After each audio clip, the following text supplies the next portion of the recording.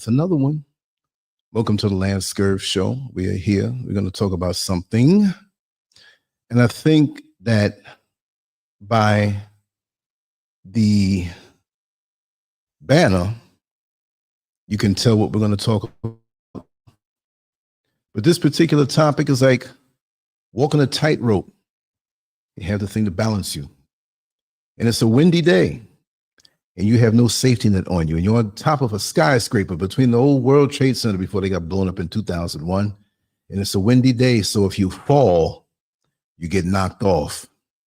You see, Donald Trump and the powers that be are talking about this free speech thing.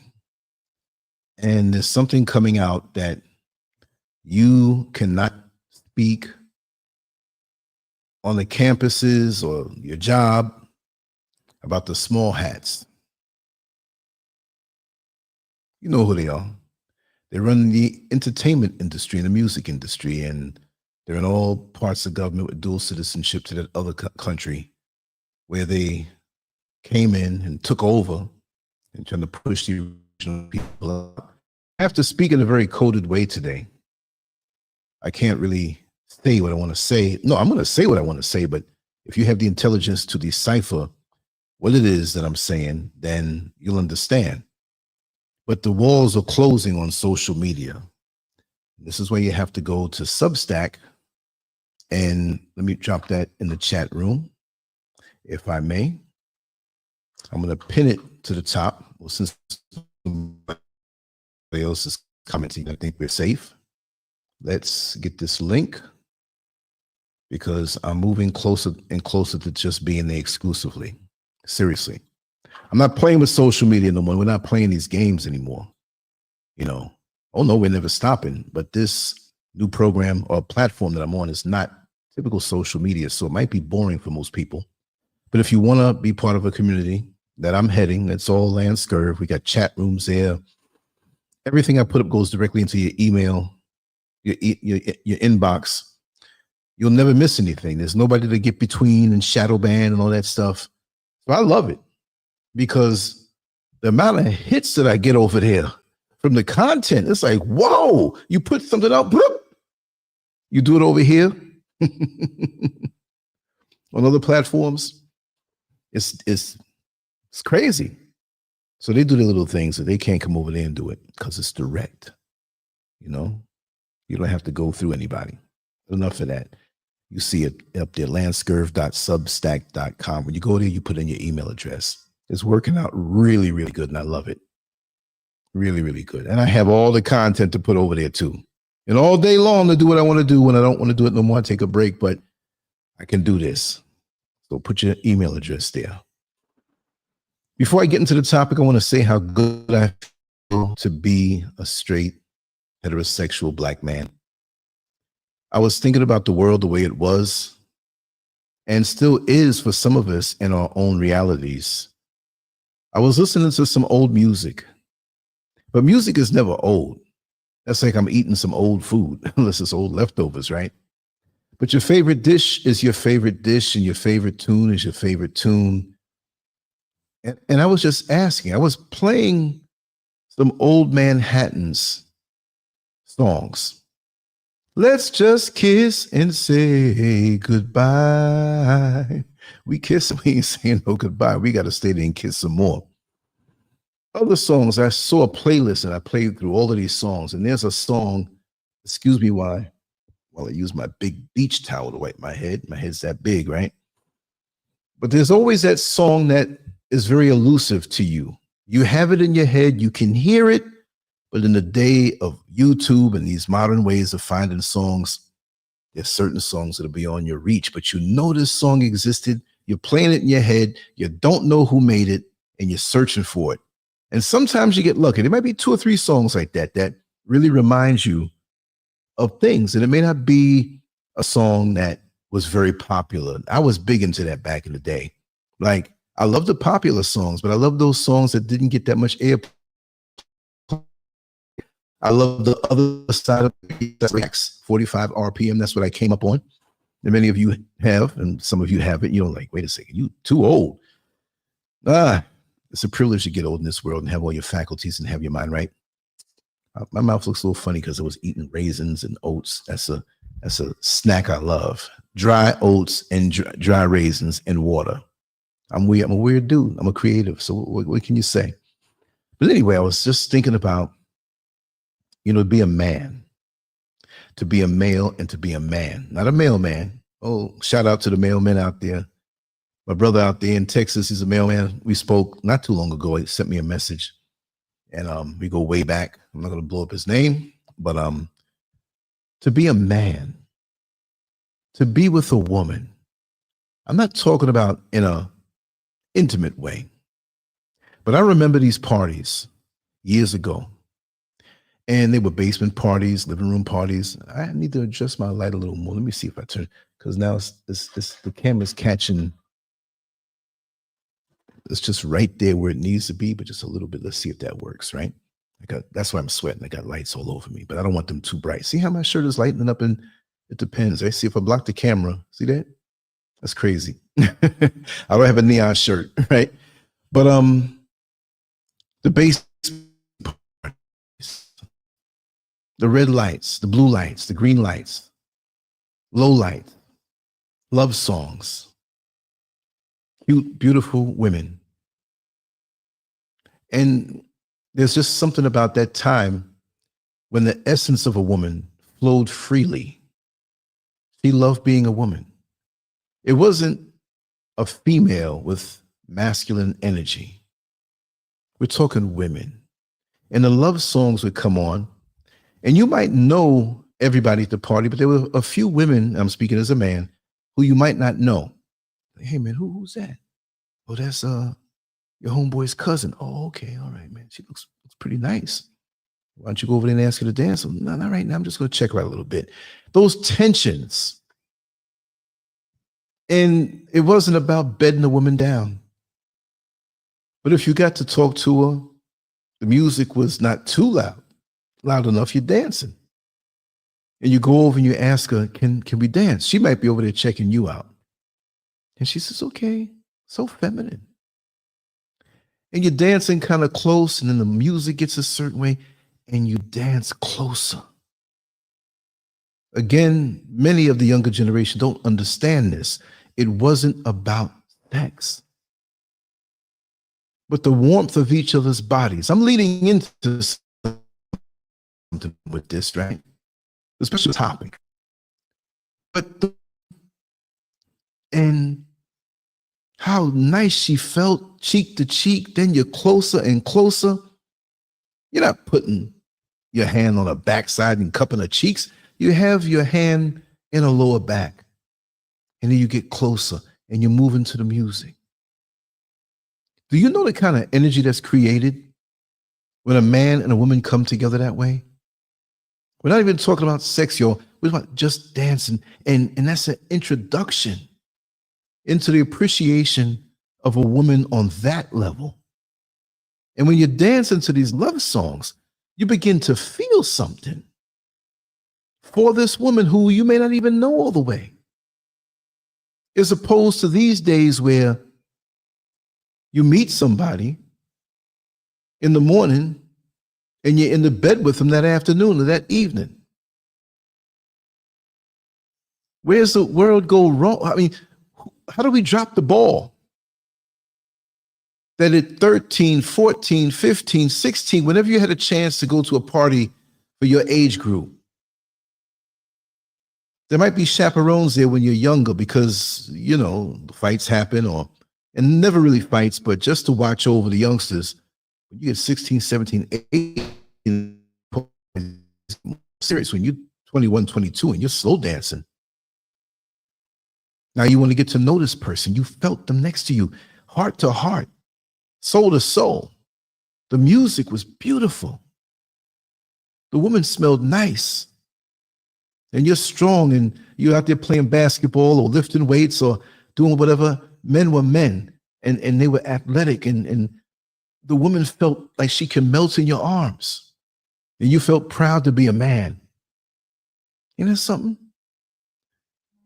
What happened to those days?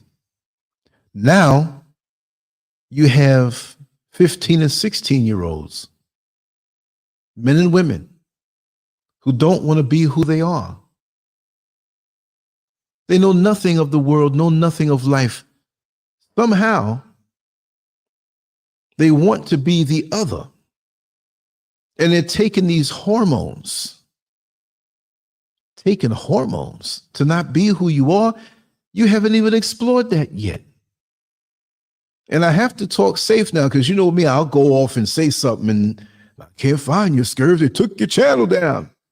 That's why you have to go to lancescurv.substack.com. We'll always be connected through our emails. You'll always get the new stuff that I will be creating, no matter who takes me down or wants to shadow ban. You'll get it all. That's like getting that hookup at McDonald's. You order 2 Big Macs, you get like 5 or 6. Don't worry about it. You my boy, I got you. Don't worry about it. It's demonic, y'all.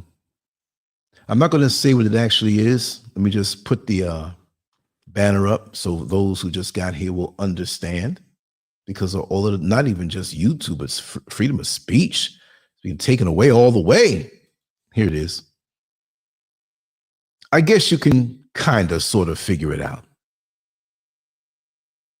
Like Archie Bunker said, even though we may not agree on everything, on All of the Family, girls were girls and men were men.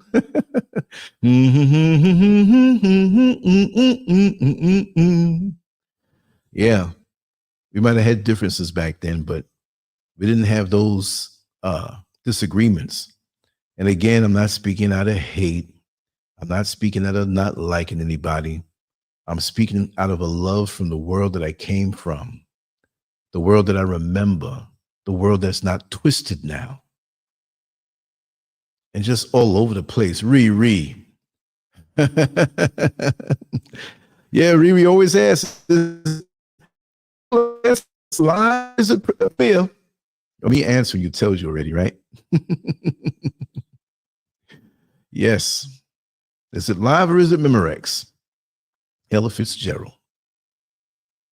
I miss that world, y'all. I miss that world of the basement parties. I miss that world of the genuine emotion and feel. I miss having crushes on these girls. When I say girls, I mean girls because I was a boy. I was under 18. I'm not saying girls as a person who's almost 62 years old. All right? I'm not saying it that way. Okay, I'm going to have to take this WhatsApp off because it'll start popping. Boom.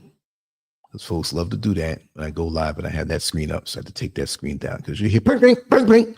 I'm waiting for the phone calls to start coming in.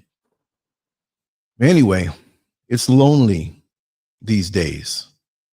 Not because I'm far away from the United States and I'm living up in the mountains in Ghana, but the culture, the unity that we had, the culture has been degraded. Our culture.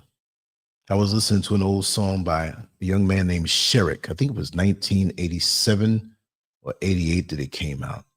Just Call. It's an old song that I loved. And it had a tragic story behind it because Sherrick, he could sing. And to give him his props, he's a good-looking man. Men can say that, man, not be, oh, are you saying it here, man? You can't.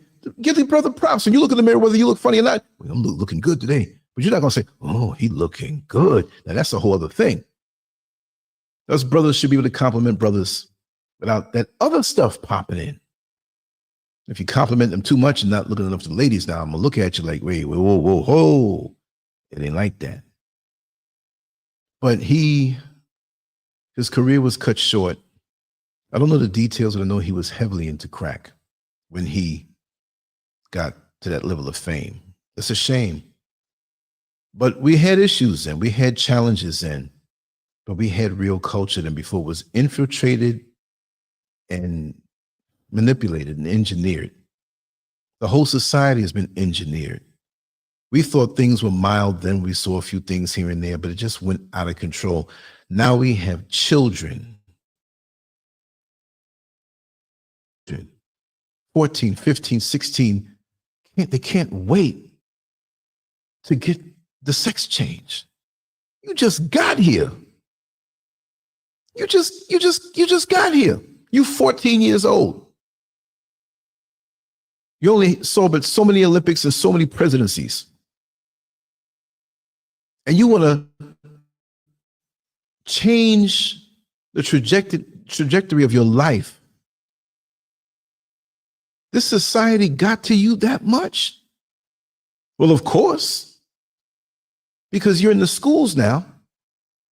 And you sure you don't want to be a woman? Are you sure you're really a boy and not really a woman? And you got all this atrazine in the food, the fertilizer atrazine, that was proven to change male frogs into female frogs that bear eggs, right? So, Ruby said cool. Sometimes it would say live and have live comments when it's really a premiere. Yeah, that's the way it works. Hope Rice, the only rice I F's with. I don't mess with brown rice, white rice.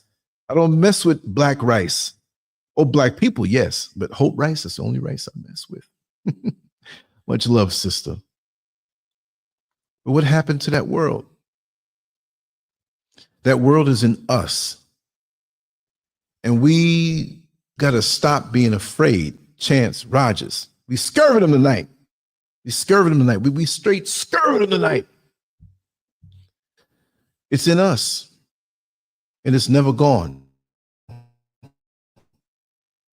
But we have to take a seat to who we are and allow these entities, and I'm talking carefully tonight because I happen to know that the spotlight's on me from them peoples by the things that are going on online. I won't bring those things up again, but I explained in different shows. They looking hard at certain channels. Hard at certain channels. That's right. But anyway, how did it happen so fast?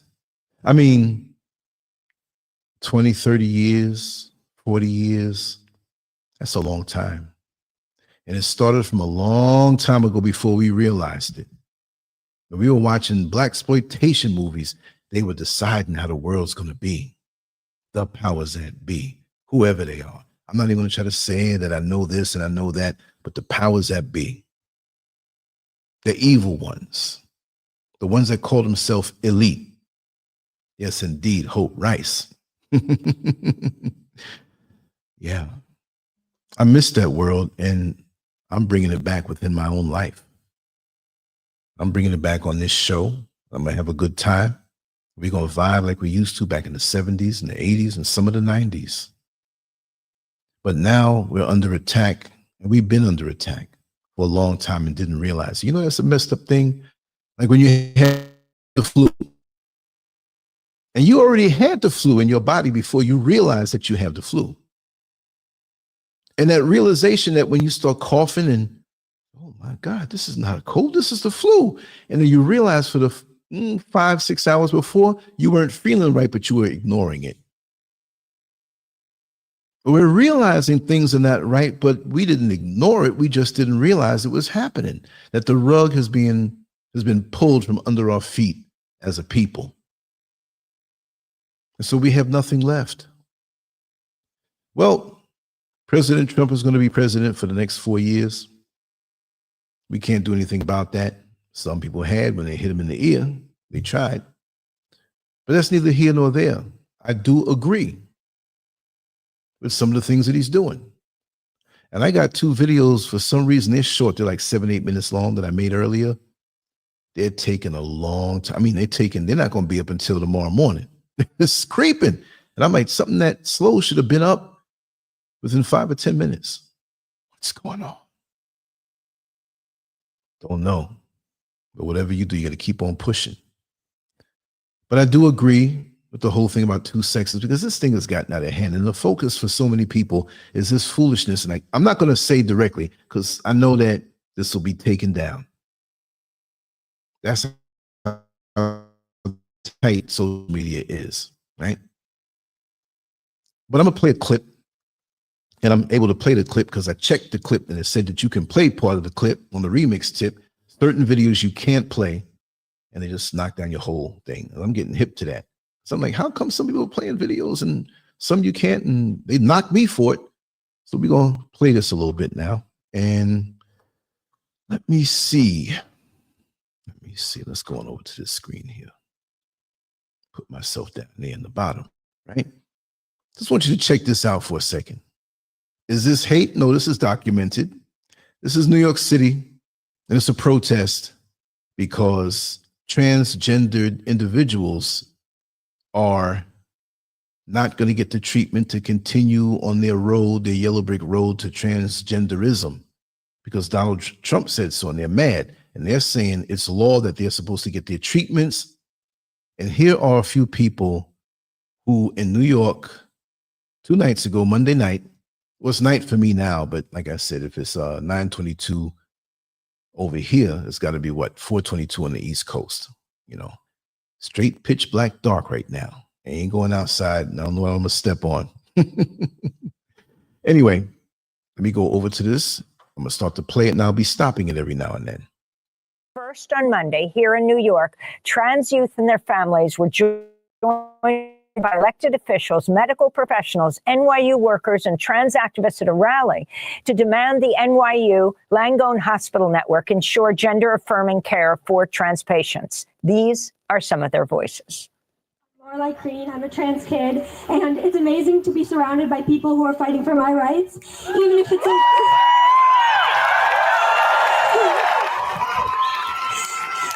I have been stripped of my rights again, with NYU Langone denying access to life-saving, gender-affirming care to trans kids like me.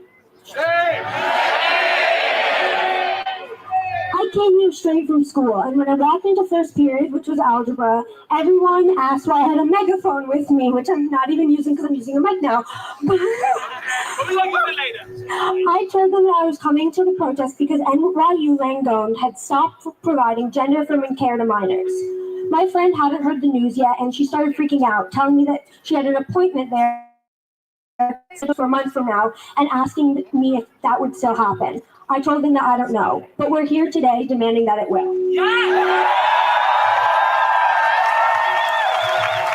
I'm Cynthia Nixon. Oh, this is the one I want you to listen to. Let's listen to her carefully. Let's listen to her. And I'm here as a lifelong New Yorker. And I'm here. Shame, shame. Lifelong New Yorker. I mean, I was a lifelong New Yorker, right?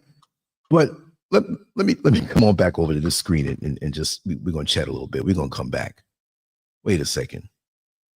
I'm a lifelong New Yorker. I'm so New York, you can keep me out of New York for the next 100 years. I'm still New York. I'm not just a New Yorker who lived there. Y'all know my personality.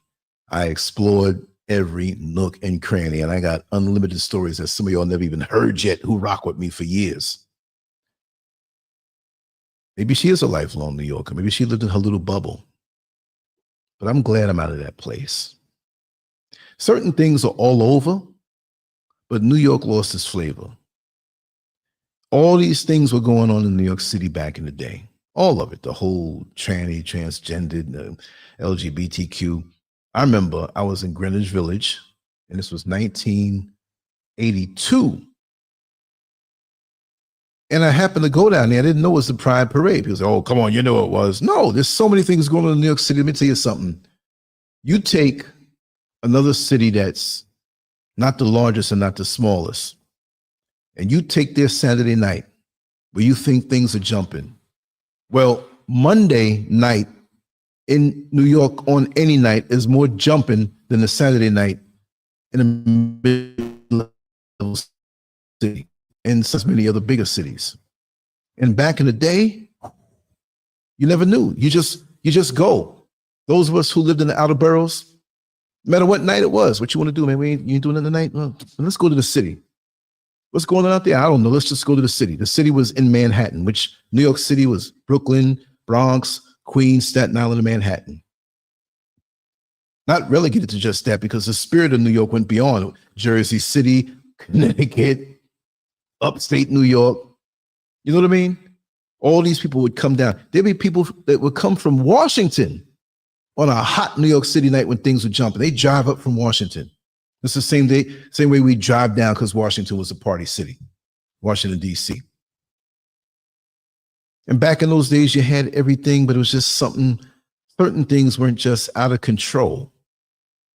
And those of us who noticed that things were being pushed, we were told, oh, God, there's no agenda. Oh, it's not going to be that way. And I had my finger on the pulse of what was going on around me. And I'm like, listen, it's almost like when you hear music real low and some people don't hear it and others hear it. Man, you go, what are you hearing? You losing your mind. Hey, I hear something. You know what I mean? All of a sudden, somebody's driving down the street. Boom, boom, boom. See, I told you I heard it because the ear, some people got more wax in their ears than others. Some people are more spiritually attuned to what's going on around them than others. You see what I mean? And we can pick up on things. And y'all know I've been talking about all of this stuff for a very, very long time, even before I was on the internet. I already knew it. And I'm nobody's guru. I just know something was off. Like many of you who have a discerning spirit, and you see somebody, you say, listen, you know, something ain't right with that person over there. You can't say it publicly because now, oh, you're hating. You're judging me. No, I have intuition and discernment. And I'm looking at you and I know that something's not right. You know, like that crackhead who thinks he's fooling everybody that nobody knows he's a crackhead. And he's coming over to you for money. He kind of half knows you. You're like, nah, man, I can't do that. Come on, man. What you? And you say it. Don't say it. Don't call a crackhead a crackhead. They'll cuss you out for the next 8 hours. Man, you mess with that crack. Don't come there. What you mean I'm messing with it? Oh, man. You'll be walking down the street. They cussing you out with no shame, making you feel bad and they're the crackhead. Right? Now, the government backs up. Now, the government before Trump, right? All these different factions backing this craziness up. And this is why we have people like this. And so let me continue on. Let's play this. There's a person who loves my city and my state. And I am here as actually a resident of Kips Bay. I live just a few blocks over there. And NYU is my hospital. Most importantly, I am here today as the mother of a proud trans man.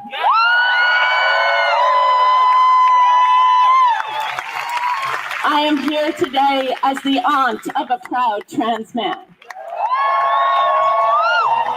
My best friend's kid is trans, and my kid's best friend is trans. My wife and I, our lives are filled with the most amazing, beautiful, brave trans people, young and old, but especially young. My trans kid had his top surgery at NYU a number of years ago. His doctors were fantastic. His surgeon was the best we could have imagined. And the idea with young people who thought they had a place to go where they could receive the highest care, and that place has now been shut to them, sickens me to my core. My name is Freya. I am 16 years old. Oh, let's wait on that one. You want to get a load of that one. But that lady was like, proud trans man, right? So if it's a trans man, it means it used to be a woman. Then she says she's an aunt over a trans man, right? So everybody's switching up. Y'all got some money to be paying for this. In that part of the city she lives in, they got some money. They got nothing else to do with their money except we all gonna be trans. See, this stuff is normalized now. We can't say anything. Look, it's thing. Do what you want to do. Do what you want to do. But like the banner says now, I'm going to put the banner up again. Now it's going to make more sense as to why I said that. Your body, your choice, your problem. Your body, your choice, your problem. I was going to get hood on you and go, your problem. I wrote an article that I'm going to put on Substack. I'm going to read a part of it off. To understand the current situation, we need to look at how we got here. The concept of transsexualism isn't new. Historically, various cultures have had individuals who lived as the opposite sex. But this was often more of a social role rather than a medical condition requiring surgical intervention. The modern transgender movement, however, took off in the 20th century. And the first sex reassignment surgeries being performed in the 1950s. How crude that must have been.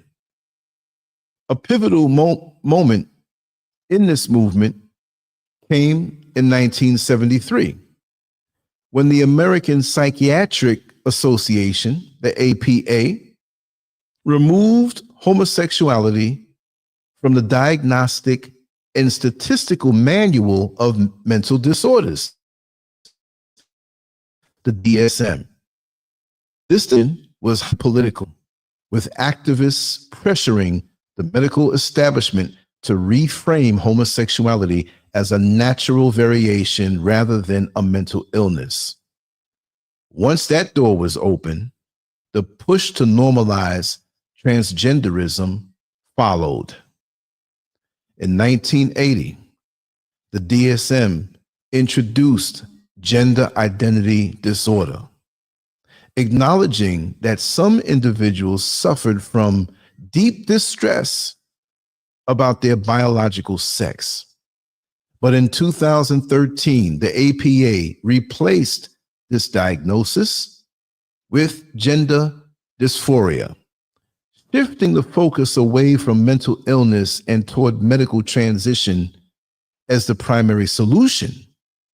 This change paved the way for widespread acceptance of gender-affirming treatments, including puberty blockers, hormone therapy, and surgeries, even for minors. I'm only stating facts here, y'all. So if these platforms want to come at me, I'm stating historical fact, because if I say something, I want it to be a fact that they can't take a video down. This is not hate speech. This is fact. Despite what activists aimed, gender-affirming care is not like getting treatment for a broken leg or diabetes. We are talking about irreversible medical procedures, many of which come with lifelong consequences. Puberty blockers delay natural development, causing potential bone density loss, stunted growth, and infertility. Cross-sex hormones drastically alter the body's chemistry, leading to cardiovascular problems, increased risk of cancer, and permanent voice changes. Surgical procedures, such as mastectomies and genital reconstruction, permanently alter the body, often leading to complications like infections, loss of sensation, and difficulty in future medical treatments. The fact is, these interventions do not change a person's biological sex.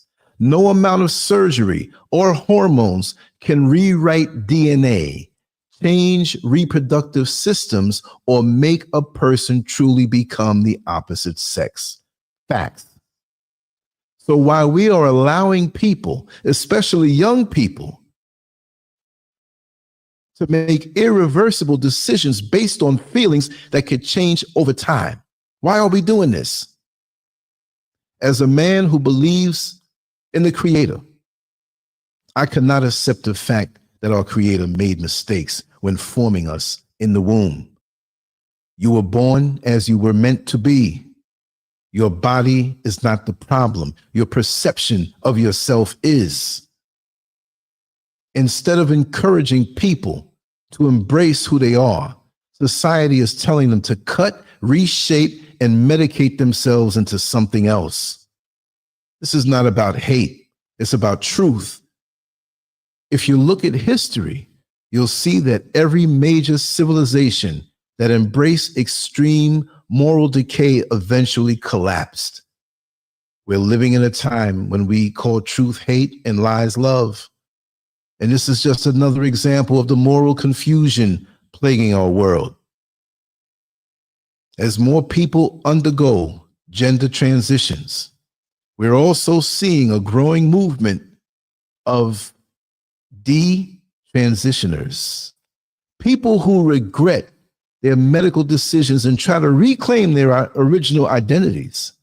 Many of these individuals were encouraged to transition at young ages, only to realize that they had made a mistake. Some of the most common reasons for regret include realizing that transitioning didn't solve their internal struggles, suffering severe medical complications from hormone therapy and surgeries, feeling that they were pressured into transitioning by activists and medical professionals rather than given true psychological support. The medical industry is making billions off of these treatments. But where is the accountability when people regret their choices? There are no rallies for detransitioners. There are no marches demanding justice for those who are pushed into life-altering decisions. The situation at NYU Langone Hospital and the protests against Trump's executive order are symptoms of a larger problem. But the truth and replaced it with ideology. Society has convinced people that happiness comes from altering their bodies instead of embracing who they are. But when medical systems shift and funding disappears, those who chose this path are left to deal with the transitioners. I say this not from a place of hate, but from a place of reality. You cannot change what you are. You are born with your sex for a reason, and no amount of hormones, surgery, or social acceptance will change that. Instead of encouraging people to destroy their bodies, we should be helping them find peace within themselves. The truth is not hate. The truth is love. And love means accepting who you are, not mutilating yourself in an attempt to be something you were never meant to be. Here we go again. You play. I have been on estrogen since I was 14, and I know that I'm very privileged to be able to say that. But in the same breath, I can say that I am scared for myself, for my own health care, and for all of the other people like me. And I have one message to my kinfolk, because that's what we are. All the people who are here and are like me and are showing up willing to fight for our own rights or the rights of the people that we love and care about, don't let them win. Some of the voices at the rally Monday calling on the NYU Langone Hospital Network to continue to restore gender-affirming care to transgender youth after canceling appointments for transgender children following Trump's executive video. Wow. Unbelievable. Well, you saw it there yourself, folks. There's some other videos that I saw, but it's pretty much the same thing from the same protest, if you want to call it that. Your body, your choice, your problem. Your problem. Don't cry now. If you can't independently do what it is that you want to do, and you need federal money, but yet we can't get reparations, you're scared of not getting federal money, but there are elderly people who are eating dog food, who can't afford medical care, who can't afford to keep themselves up, dehydrated and undernourished, who pay their taxes, who fit into the system, which doesn't serve us. System's no good. No matter how much Donald Trump promises, there's no way he can change it around. No one man can do that. And he's a businessman. He's not, I agree with a lot of things that he said and what he intends to do. And people say, well, and that's one of the videos that I did, a short one. Let me see where it is. Well, that thing ain't going to be up for another dang on 10 hours, but it's coming. It'll pop up automatically. Even if I go to sleep and it's finished, it'll come on, That's 3 today, but that's not going to show up till later. That's how YouTube is sometimes. What are we going to do? It's not our problem.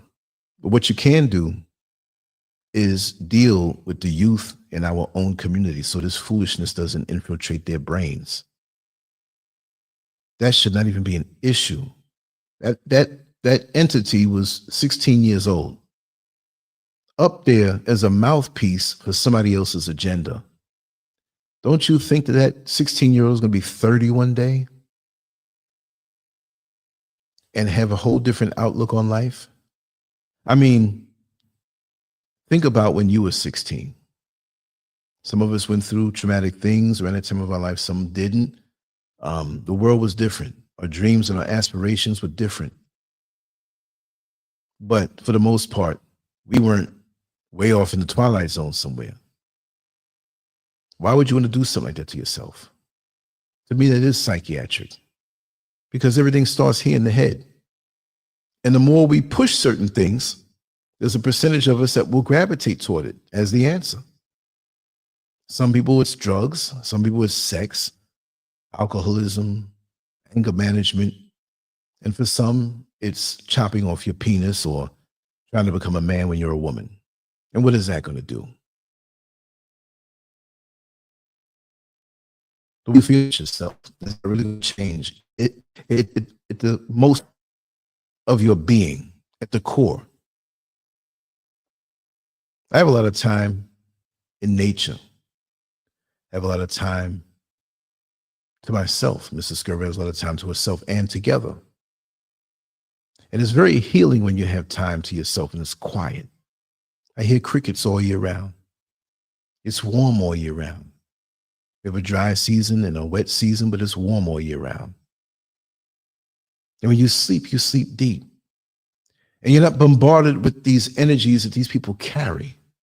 I tell you, I remember walking the streets of New York City, and I was a nosy something as far as wanting to see what's going on over here, wanting to see what's going on over there. Come on, let's go here, let's hang out. Let's go here. I remember there were these two young ladies.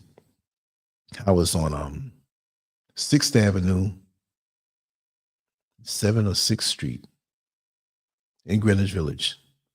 Not too far from, I believe that was Washington Square Park, where those people there were doing their rally. Because NYU was there. I almost went to NYU. Didn't go. I'm glad I didn't. And I was in very good shape at the time. And I'm standing by the corner, and I looked over. I see the two white guys, the singing group, Hall & Oates. And they were waiting for the light to change just like me. I was like, oh, man, look. A buddy of mine was with me. I said, look, Hall & Oates. And they heard me, and they did like that and waved at me. But it wasn't like, hey, how you doing? I'm going to come in and spend time with you, take you out to dinner. They heard their name. I couldn't believe they looked just the same. I mean, what were they going to look different?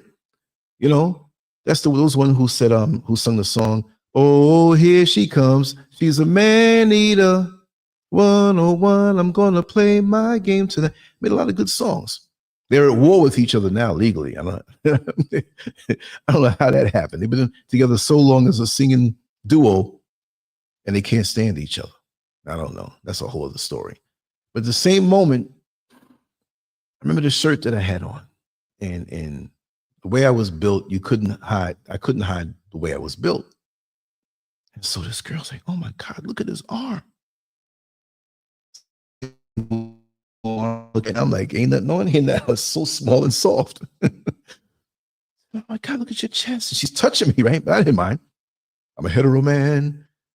And her friend, like, could you make a muscle for me? So I made a muscle. She said, oh man. And my friend was just as muscular, if not more. It was two of them. So I said, where are y'all going tonight? They said, well, we're going to get something to eat. We're going to head up to this party. That's what kind of party is it? There was a few friends of ours, and it's at this loft on, what street was it? It was in Hell's Kitchen. No. Not Hell's Kitchen. Little area there, right? But below Hell's Kitchen. It'll hit me. I said, okay. She said, you want to come? My friend was like, listen, I got to go home. I got to get up early one. I said, okay, well, you go home. I'm going with these sisters. So I hung out with them, got to know their name. That's how it was back then. It was just, you can flow. And it wasn't like, man, I'm going to try to bed y'all down before the night's over. It wasn't like that. Although that crossed my mind. I'm not going to lie. I was a young man. What do you expect? But I was always a gentleman. Nobody could ever say that old SCURV was not a gentleman. And I was always up front. So we ate and we walked. And so now I'm holding hands with these two young ladies. We're walking. And that's that masculine energy. Everything falls into place, you know? So we ended up going down 23rd to 29th, something like 21st. Or something. It wasn't 23rd because 23rd, because you got West 4th Street, you got 8th, it's kind of major, 14th, 23rd, 34th, 42nd, 57th Street, 59th Street, Central Park. Well, you know, I know the major streets and how they run. I still do. People call me from New York now. Yo, how do you get to? I said, listen, man, since early 2001.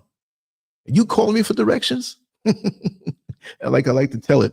Not only will I give you directions, I'll tell you who's standing out there. Yo, there's gonna be two dudes out there by the gas station, right? One's gonna have a military fatigue on and a security jacket. How'd you know that, man?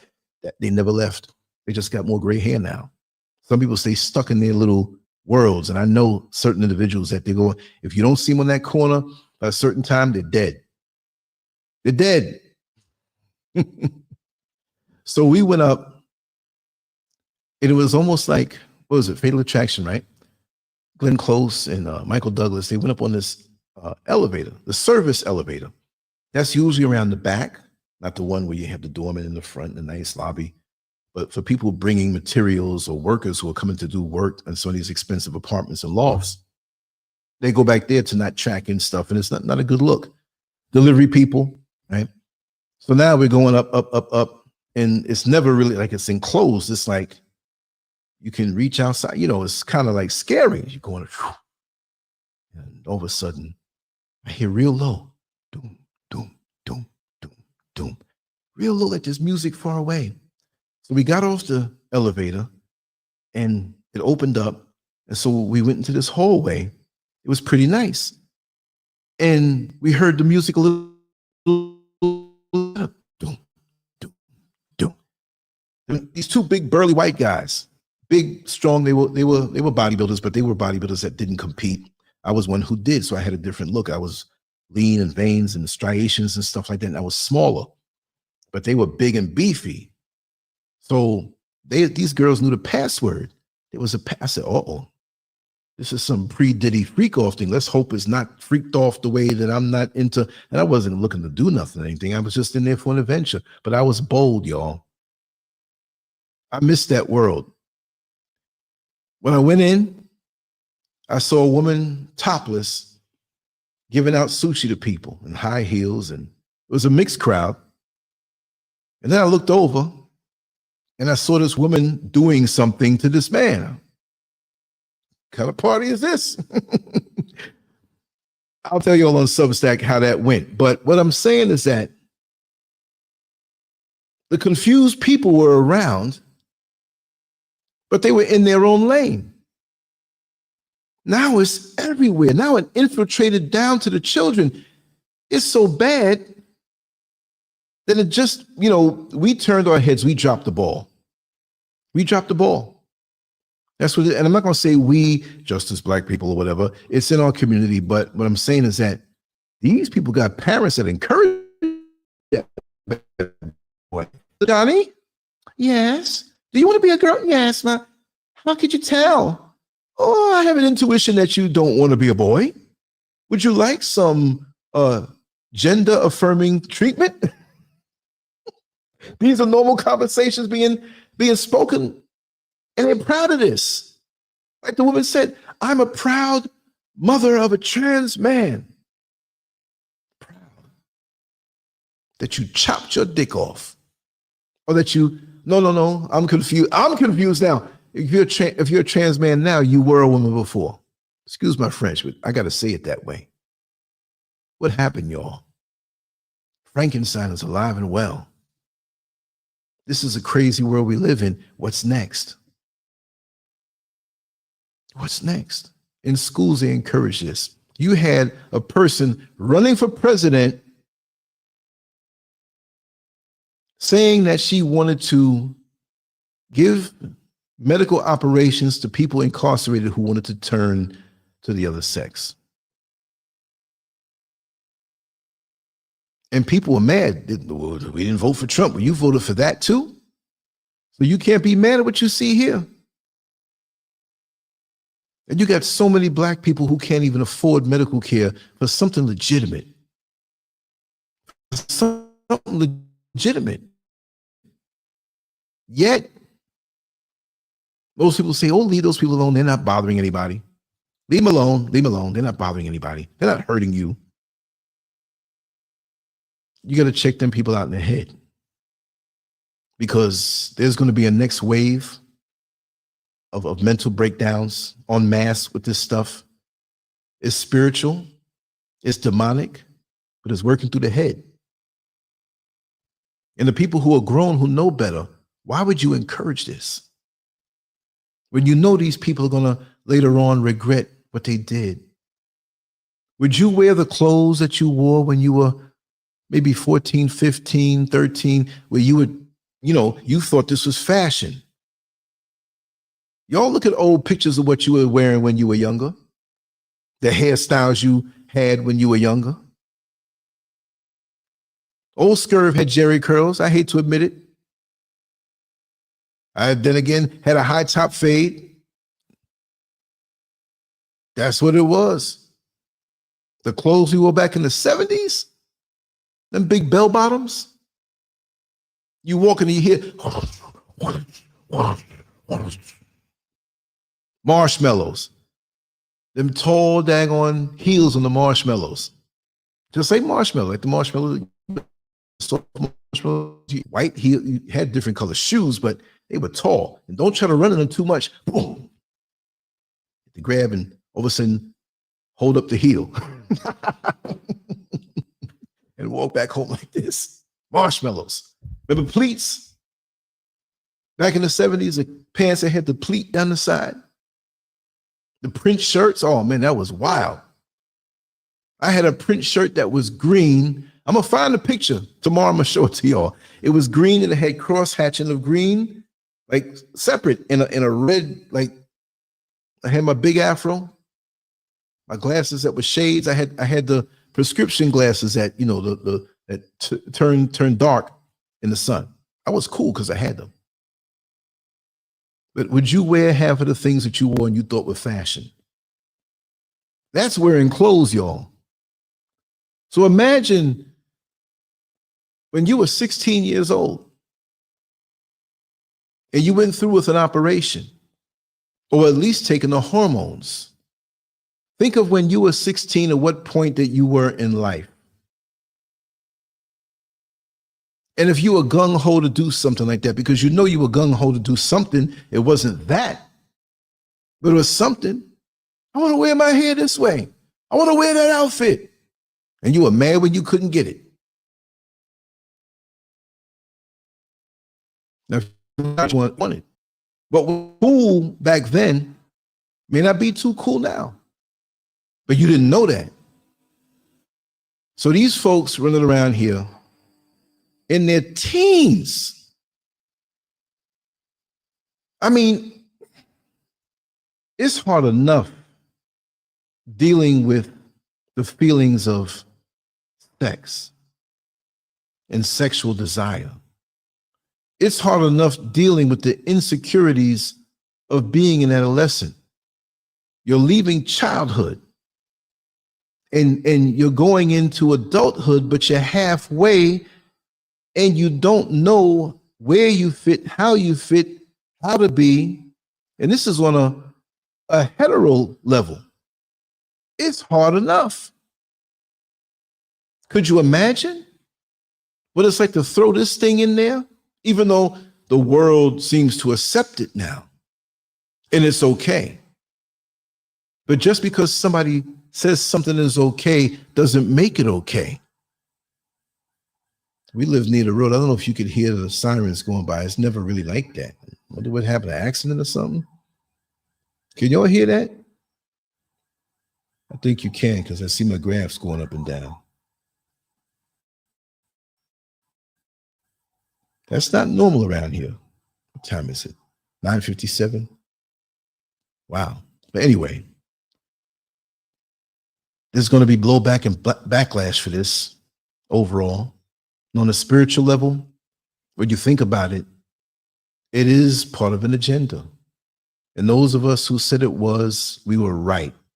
Because there's no way this is going to catch fire like this. And the thing is, when you think about it, in this video, a different part, maybe, no, it was another video. And one of those entities was saying, well, we're only like 1% of the population. I doubt if it's that much. But if it is 1% of the population, let's say it's 5% of the population. Now, we know it's not like that. I'm talking about the ones who actually chop off and guillotine off their genitals and the hormones and everything.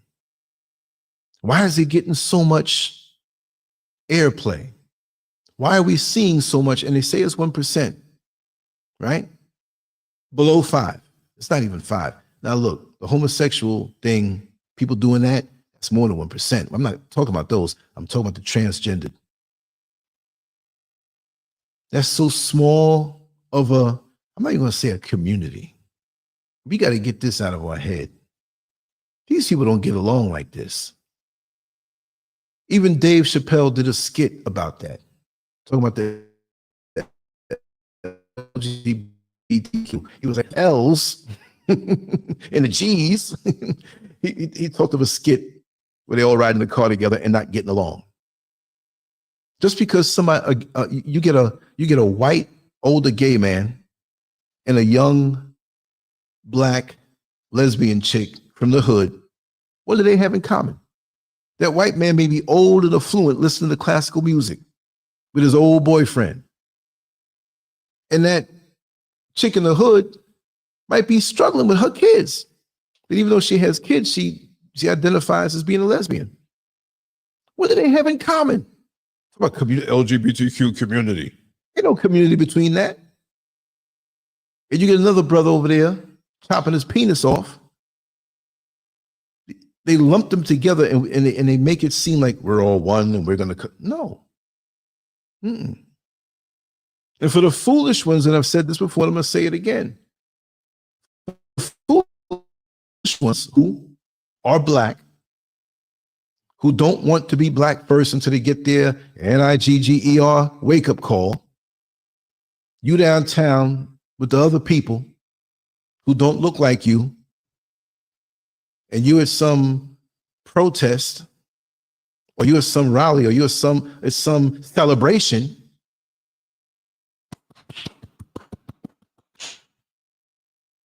and you're the only black one up on that stage. There's a little black dot on the sun today. And you feel now, by adopting this identity, and I found this to be true. I'm not saying every one of us who are trying to fit into that community. But I've known a lot of black gay men, a lot of lesbian black women. Not all, but some, because we all know some of us, some have it in our families. Some have it in our families and don't know it. But they will quickly adopt the LGBTQ identity. And again, this is not for all of them. There are some like this, and y'all can't tell me it's not that way. Some of them will adopt that identity, being under that umbrella, as a way to avoid their blackness. Because you see, it looks good to these Caucasian LGBTQ organizations that want a black face there to show, yes, we're inclusive. See, we accept everybody. You just a token black dot on the sun today.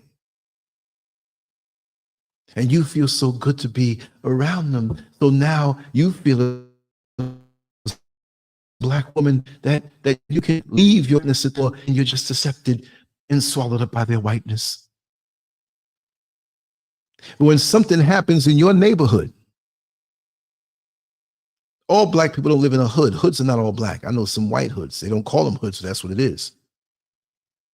But let's just say you live in the hood. You happen to be there, and there are a lot of progressive people who don't make a lot of money who might live in the hood today, and they're movers and shakers tomorrow. Believe that. Doesn't mean you're staying there forever, just because some do. But say now you're a black lesbian coming home from the white LGBTQ celebration of your self, who you are. And most of us, even a lot of heteros, don't even know who they are. They still trying to figure it out. Hell, I'm learning stuff about myself, almost 62 years old. I'm like, oh, man. But that's because I'm in the peace and tranquility. I can think. Things flow out of you. This ain't that old dirty outfit that you had on working in the yard and it was dirty. And you get a big bucket and you put some soap in it. And I'm going to soak this before I wash it. And you just drop it in the soap water and leave it. You come back the next day, the water is black. All the stuff that was in it. You pick it up. Glad I soaked this thing. So I'm soaking myself right now. I'll just thank the Creator I don't have them issues. When that lesbian goes back home to her hood and she turns the corner and she sees all these lights, all these flashing police light, ambulance, what happened? And she says, oh man, it's near my house. Now you're trying to figure out, are the cops next door to your house or on the other side of your house? Because you know when they come somewhere that big, they all over the place. But you see your door wide open and the bright light from inside, and people in the house, both houses next to you, they're just looking out their door. So you know it's your house. What happened? Oh God, what happened? What happened? You're pushing past people. And one of your neighbors calls your name and says, baby, it's your brother. Go see about your brother. And you see him laying there. He's not moving. His eyes are wide open and there's blood all over the place. He's been shot. Is he alive? You try to push past the police. They don't know who you are and they hold you back. You're like, that's my brother. Let me go on over there. What are you doing? We got to stay back, ma'am. We got to do an investigation and the ambulance has to deal with him. And you call out his name, Bobby, Bobby. And they can't tell you that little Bobby is dead.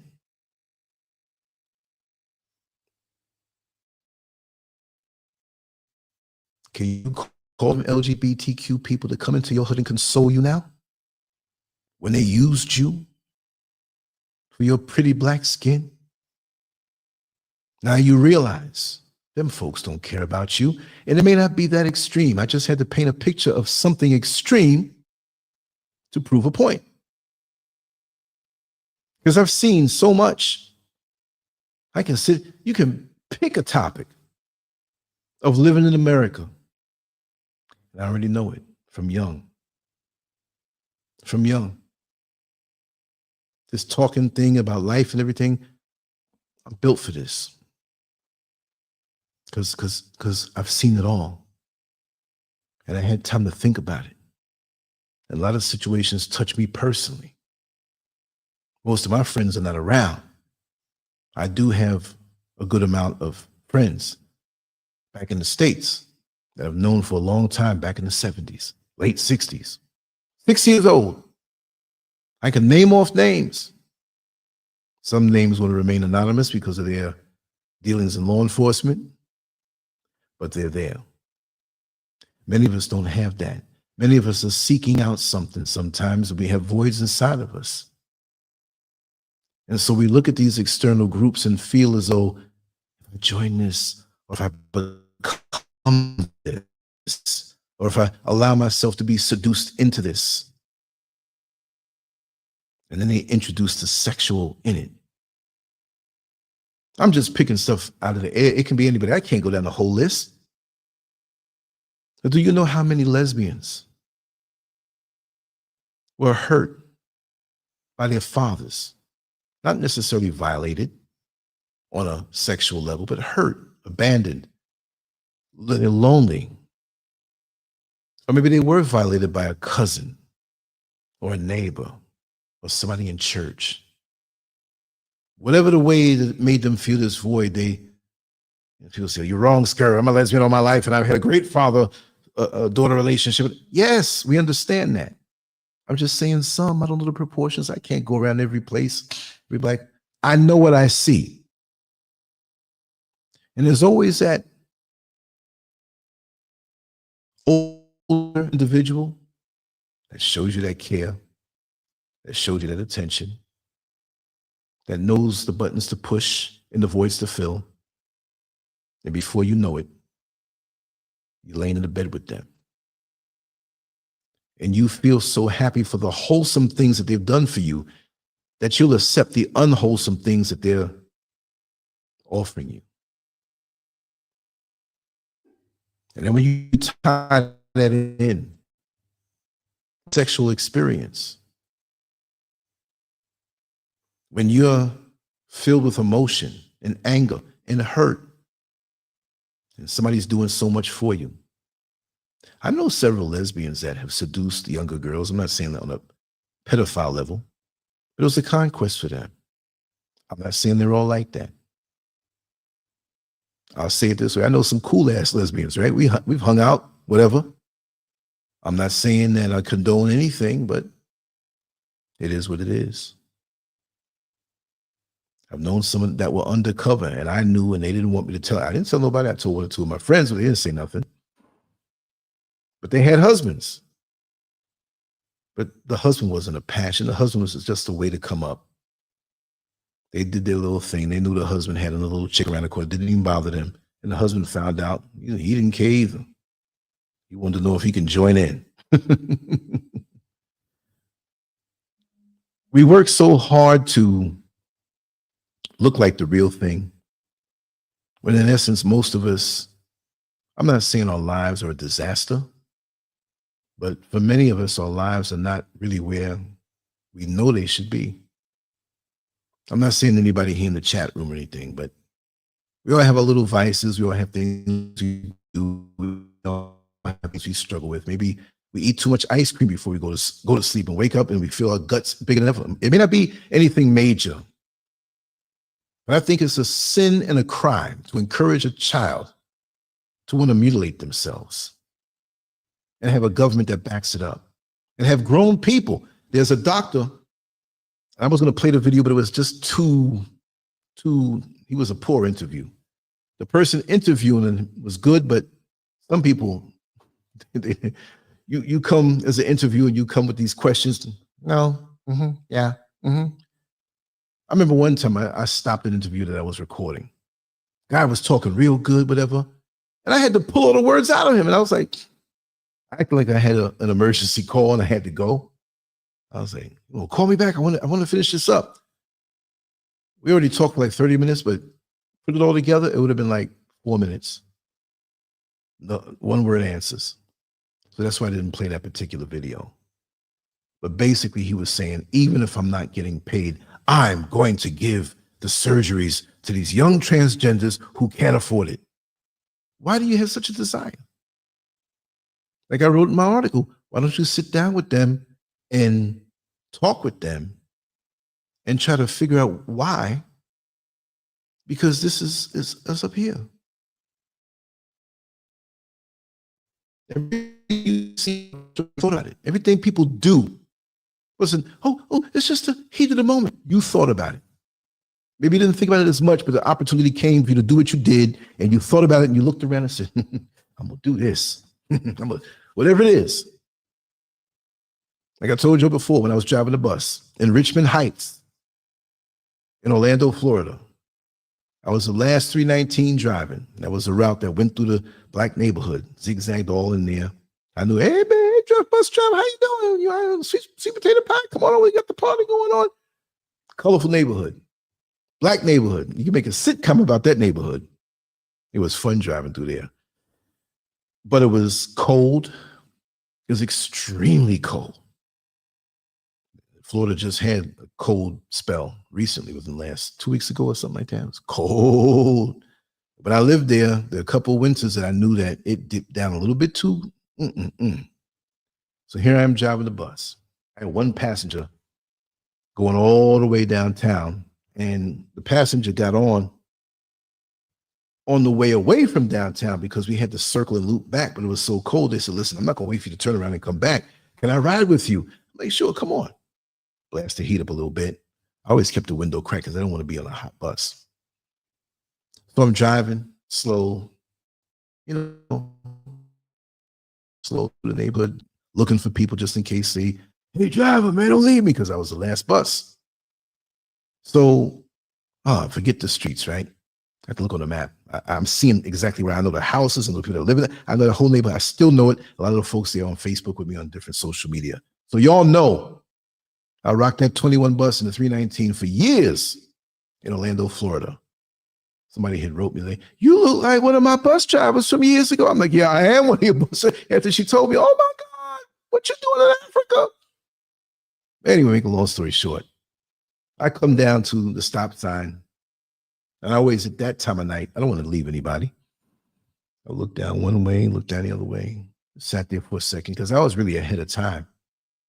Mind you, it was cold. It wasn't New York cold. It wasn't Chicago cold, but it was cold for Florida. It was cold to me because I'm sitting here with shorts, and, I'm wearing shorts, and it's cold for most Floridians, and it wasn't cold for me really, but on the bus it's not. So I'm not going to wear no hot pants. So all of a sudden they hear dum, dum, dum, dum, dum, dum, ah, dum, dum, dum. Somebody's screaming. So it's coming from my right side.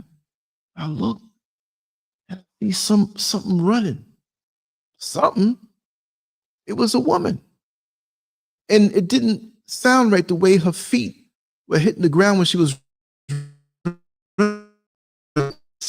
padded. It was shoes on concrete. It was barefoot on concrete. And the closer she got. So I said, wait a second, what she got on? She was butt behind naked, running. She had on earrings. She had on makeup. I don't think she was a crackhead. Crackheads can have healthy bodies too. But she was straight up built. And she was naked. Titties just like when you juggle something, they were just all over the place. When you had that little paddle, that little ball with the rubber on it, bing, bing, bing. They were like, boom, boom, boom, boom. I'm not making fun of women. I'm just telling you like it is. It was funny. And the guy in the back, he was like, can I come sit up front? I'm like, yeah, you can. But I didn't move off. Because I heard doom, doom, doom, doom, doom again. But this lady ran across the front of my bus, screaming, naked. So I'm hearing the running again. All of a sudden, it was heavier and more heels. Boom, boom, boom. It was a dude with a sock. And in front of him was his, and it was like he was going to do some pole vaulting. So obviously, they running from something. So it began to add up. Now I hear somebody running faster, shoes hitting the pavement, running across me. A dude with all his clothes on and a knife. So he must have came home early, and this dude was in the bed with his wife or his girlfriend. And that's why they were running. But that dude, the man who was running naked, he had one sock on. It was they ran off into the dark. He was screaming. I had opened my door to hear better and pulled the window back. They were gone. I don't know what happened with that. I asked people in the neighborhood. They said, I heard some screaming, but no cops, no police, but there were two people out there naked, or at least one completely naked, and another one who was naked with a sock. You never know. So we still have issues. We still got things we have to deal with. But this whole thing on what the show is about tonight, it's just too much. It's just too much. It used to be where we didn't know how to handle the use of our organs as males. And now we have males who want to actually chop it off. No way. No way. I ain't giving mine up. I ain't giving mine up. For what? Such a source of pleasure also? I mean, we have a purpose of going to the restroom and everything. I'm going to chop that off. I can say some funny things right now, but I'll be cool. Nah. You a man. Whatever you want to lay down with, don't chop that off. Chop it off to be what? Because you want to punk out on manhood? See, manhood and malehood are two different things. Males are born as males. The equipment is standard. Some have a little more endowment than others, but it's standard. But being a man is a completely different thing. And this is why we have, and I'll speak about our community, Black men, who feel that just being a male is enough, especially if you're a male who you're hanging down to your knee and you feel, well, I'm a male and I got this thing here, so that makes me more of a man. No, it doesn't make you a man. A man has wisdom. A man has discipline. A man has vision.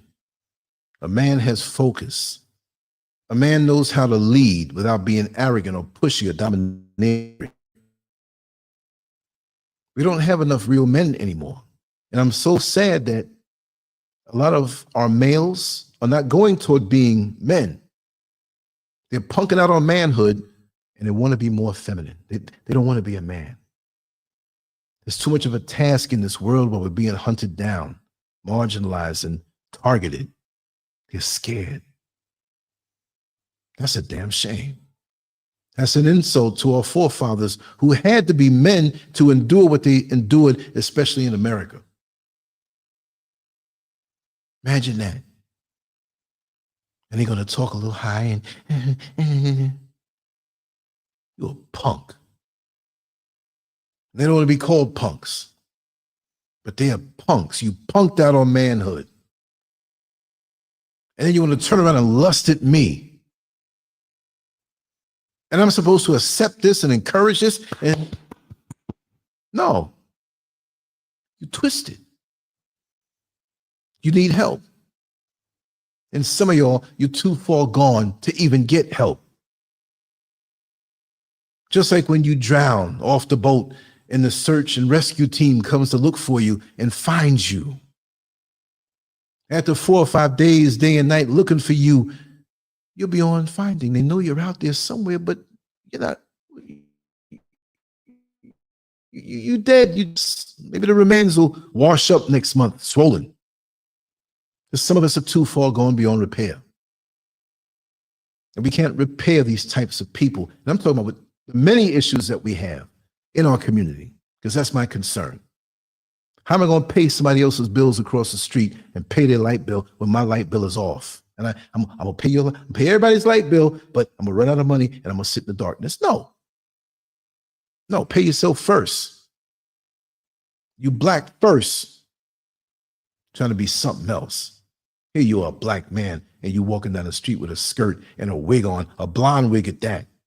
You're a Black male who should be trying to be a man, but you're trying to show the world that you're a white woman. That universal wig of submission. A blonde wig. You're putting it on your head, telling the world that I want nothing to do with blackness. I submit, society. I'm not a threat. Please accept me. I'm not a threat. I submit. This little organ I got here is only going to go up in somebody's anus, but it's not going to go into a woman to produce life. I said it. They want us to reroute where our penises go. They don't want sperm hitting egg and reproducing more of us because we're too strong. And people in these other persuasions take that as a threat when they should be trying to deal with what they have going on the inside. Ain't no amount of Frankensteining going to change you from what you are. If you're a male, you're a male.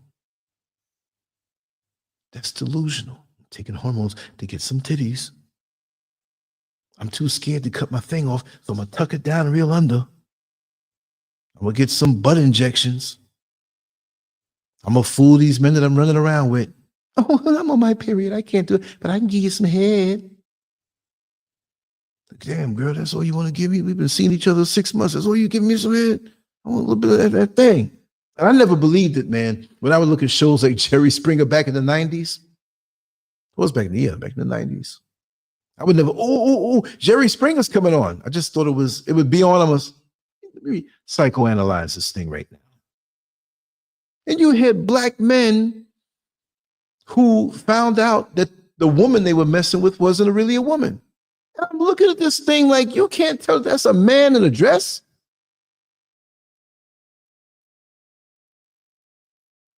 And Jerry Springer, how long we seeing each other? And the thing would be, we've been seeing each other for 1.5 years. Big shoulders, big vein in the neck, biceps, forearms, muscles rippling, deep voice, hard features. And you can't tell? And the dude would be like, I never knew. Oh, how could you fool me this way? We were supposed to get married. So something wrong with you. There's more to that story than meets the eye. Because ain't no way. Ain't no way. You know. And they're getting better with the technology now. But I ain't running out there like that. But I never get fooled. I'm looking at that's a man right there. Hell no. It's crazy. We would only follow the trajectory of nature and try to keep ourselves on line, because when the straight line, the shortest distance between 2 points is a straight line.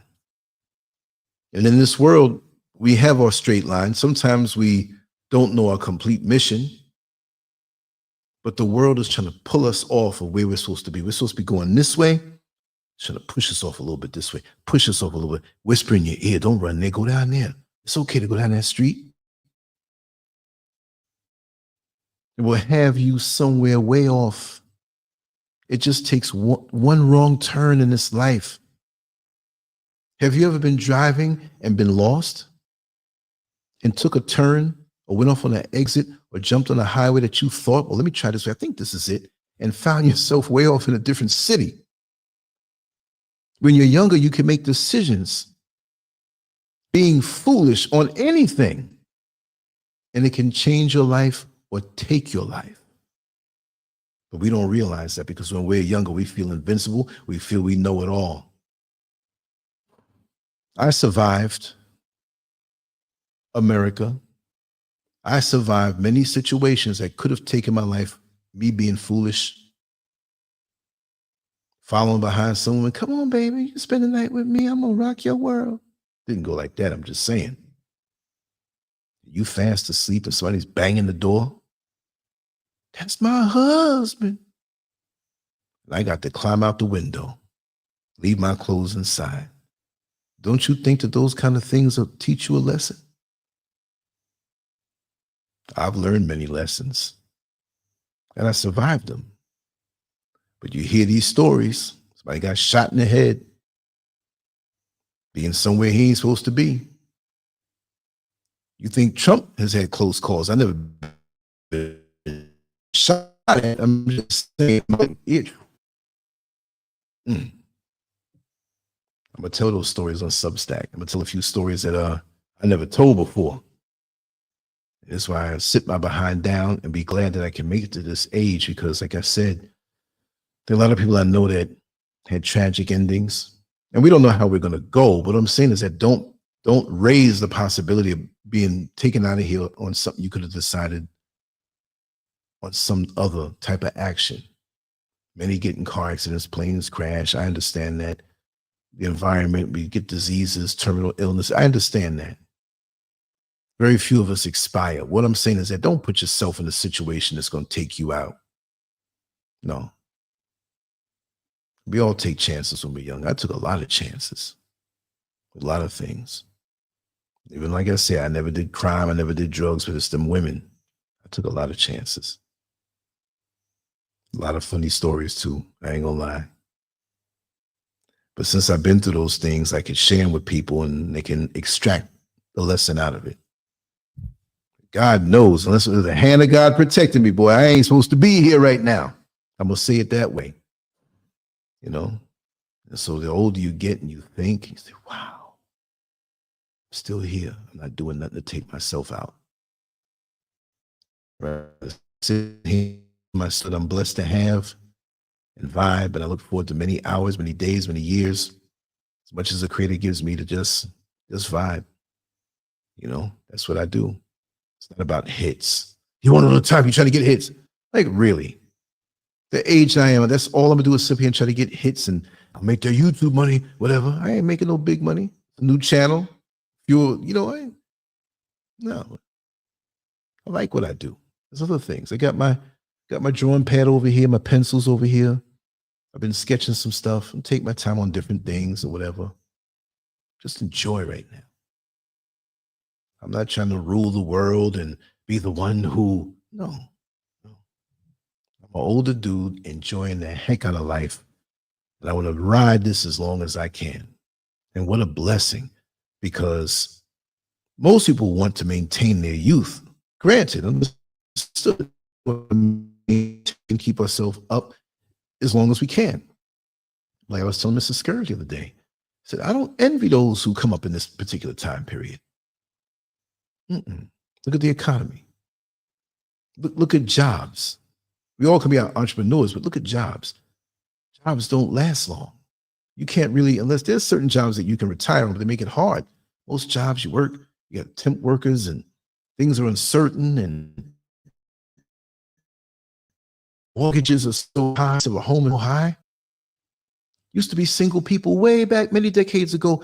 They put their foot down. They can work a little bit more, work hard, discipline themselves. Yeah, I bought my house. Well, you did it by yourself. Yeah, well, congratulations. I'm not saying you can't do it now, but it's a different world. They want you to live in smart cities and these small Japanese-like apartments and everybody packed up on each other. Everybody monitored and surveilled and no privacy, and we give it away. God knows I have no privacy. Much information I gave away. I don't care. I don't care. I ain't got nothing to hide. Even my dirt, I'm not going to hide. I did a lot of dirt. I did some dirt when it was easy to take pictures. Like I said, somebody not too long ago sent me back a picture. Where'd you get that from? You don't remember me? You ain't going to shame me. I did it. Yeah, I did it. A whole lot of pictures came back at me. It's funny. Like I said, I don't have no shame. I don't. I'm not going to be, I'm scared. They can't see that. No. Because I ain't got no Diddy type stuff out there. It's women. So what? I'm a man. I told y'all already. If y'all see it, send it to me. Maybe I don't have that one yet. I have my little collection here, right? Yeah, that was back in 1987. Yeah, that was back in 1992. Yeah, them two girls, they wouldn't. All right. No, don't let anybody rule you with no shame. Be who you are. Grow, ascend, work on yourself, make yourself better, become a better person. Master yourself, discipline yourself. Know that every single day that God gives you is an opportunity to get better. There's an opportunity to know yourself a lot better. You should know yourself better than anybody else, but too many of us are in denial about who we are. And then we think we're something else that we're not and run with that. How crazy is that? What about that? Anyway, I'm going to wrap this down. I'm going to jump into bed early for me. I usually get into bed earlier. For some reason, it's been ever since I got this studio constructed, I've been going more toward night hours because I love it in here. You just see this, but I love it. I love it. And I don't want to let it go. It's like I'm going to wake up and it's going to be gone. You know what I mean? To strive so hard for this, when many people said it couldn't be done, that was done. And I feel good. There's more work to do in here, and there's still things I got to do, but I'm like right up on the finish line. So I'm happy about that. I'm truly happy in my heart because growing up, we lived in Richmond Hill, Queens. I had stuff about it, right? I mean, I loved that house, not because of the physical structure, the physical structure, had my own room and stuff. Then eventually I got the basement, but the love that was there and the feeling of permanence. Like, this is my home. This is my, not just house, but this is my home. And I would sit there and would play old music, watch old Muhammad Ali fights, and just listen to old music. The people next door, one of the sons had a record shop in Harlem. So he always played. He had the latest sound systems. So I'm hearing music in the big. When I wasn't playing it, they were playing it next door loud. I loved it. I'm sitting here fast asleep. Devotion, do old Earth, Wind, and Fire, and it's all deep in my subconscious. And the pride we had as a people, and how we love to be Black, and just all of that. The block parties and the friends I had growing up. That good feeling. I would just lay there like, man, this is such a nice child. I knew that. I had a wonderful childhood, right? And Black culture, and my father taking me around, my mother taking me around and exposing me to different things. I'd go to bed happy and exhausted because it was just never ending fun for me because I was very cerebral. That's why I could retain so much. And so now it took me to come all the way on the other side of the world, on another continent, which I always loved because I was a little Afrocentric child anyway. My parents taught me and rooted me. And now I'm here, and I finally, once again, feel that ache. That, not an ache like a pain, but an ache of happiness. It's such an ache of happiness in my heart that I'm sitting here like, man, I feel so permanent. It's weird because I wasn't born and raised in Ghana. And I'm not down the road up here. I'm in my home, but I'm constructing. I'm gonna put some pictures from back in the day. Let me get some friends of mine to take a picture of my old house, my old street, different things, certain people that have passed away, certain parents that I know, friends of mine who they were like my parents, and I'm gonna nostalgia my place up, and everything's gonna have a meaning for me in life. And I'll explain. This will be a reflection of my life. You know, I'm just trying to find the right Muhammad Ali picture I can put up that encompasses his effect on me, my parents, everybody. And doing the live shows and bringing in people that I knew growing up, man, we're gonna have some fun. I have that ache. Why don't we go pursue that happy ache in our heart? Even if you didn't have it in childhood, that place inside of the thick world influence you to chop your organs off. That's crazy. Where have we gone wrong? Is it because a lot of us are working 2 jobs and our children are influenced? I don't know. All I know, we're in a state of emergency right now. A big state of emergency. Let me see here. Let me see. Let me flash up a few comments here. I'm going to put a link in, even if you don't want to really come in and talk. I always offer that. Because people will tell me after, you didn't put a link, I wanted to say something. When they come in and say something real quick, I'm going to wrap this down. I tell you, y'all, I'm going to sleep real deep. I feel good about this conversation tonight. Even though it's one-sided, it's just me talking. Y'all know I can talk for a long time. Probably going to go to bed and talk in my sleep. I'm so mad these uploads took so long. Okay, there's one that's 100%. Quick, let me see something. I put the computer way over here. There's another one that has a little more to go. One's 100%. Probably processing now. A little short something.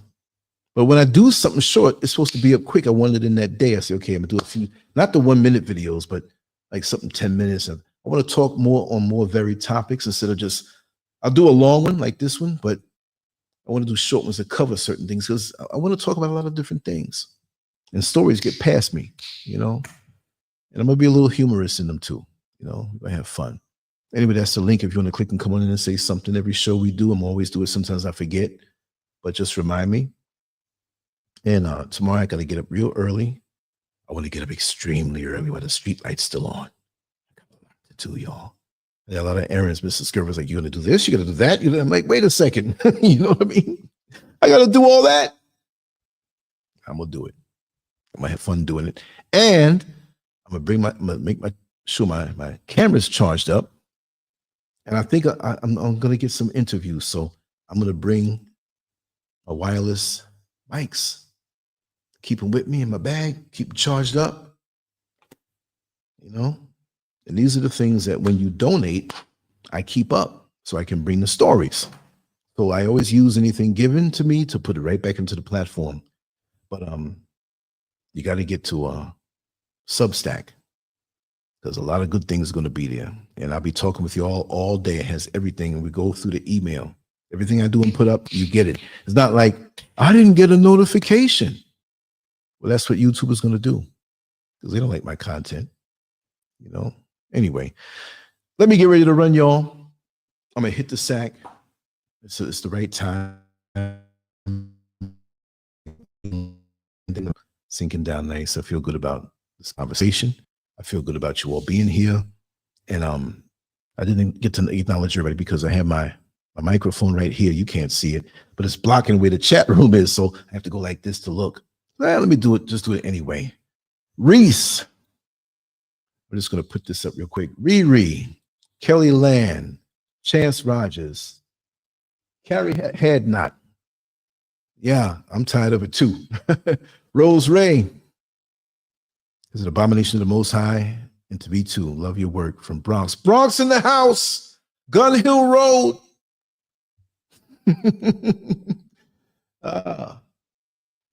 Grand Concourse. Yeah, I know it. I know a lot of streets up there. Divine Reflection. Yes, pay for your own foolishness. You got away with words, for real. I said Chance Rogers and Riri ready. Of course, Hope Rice. Hope Rice again and Riri. Yeah. Listen, it doesn't have to be 1 million people here, but I know you all are down and you're real. That's all I need. I don't need 1 million people.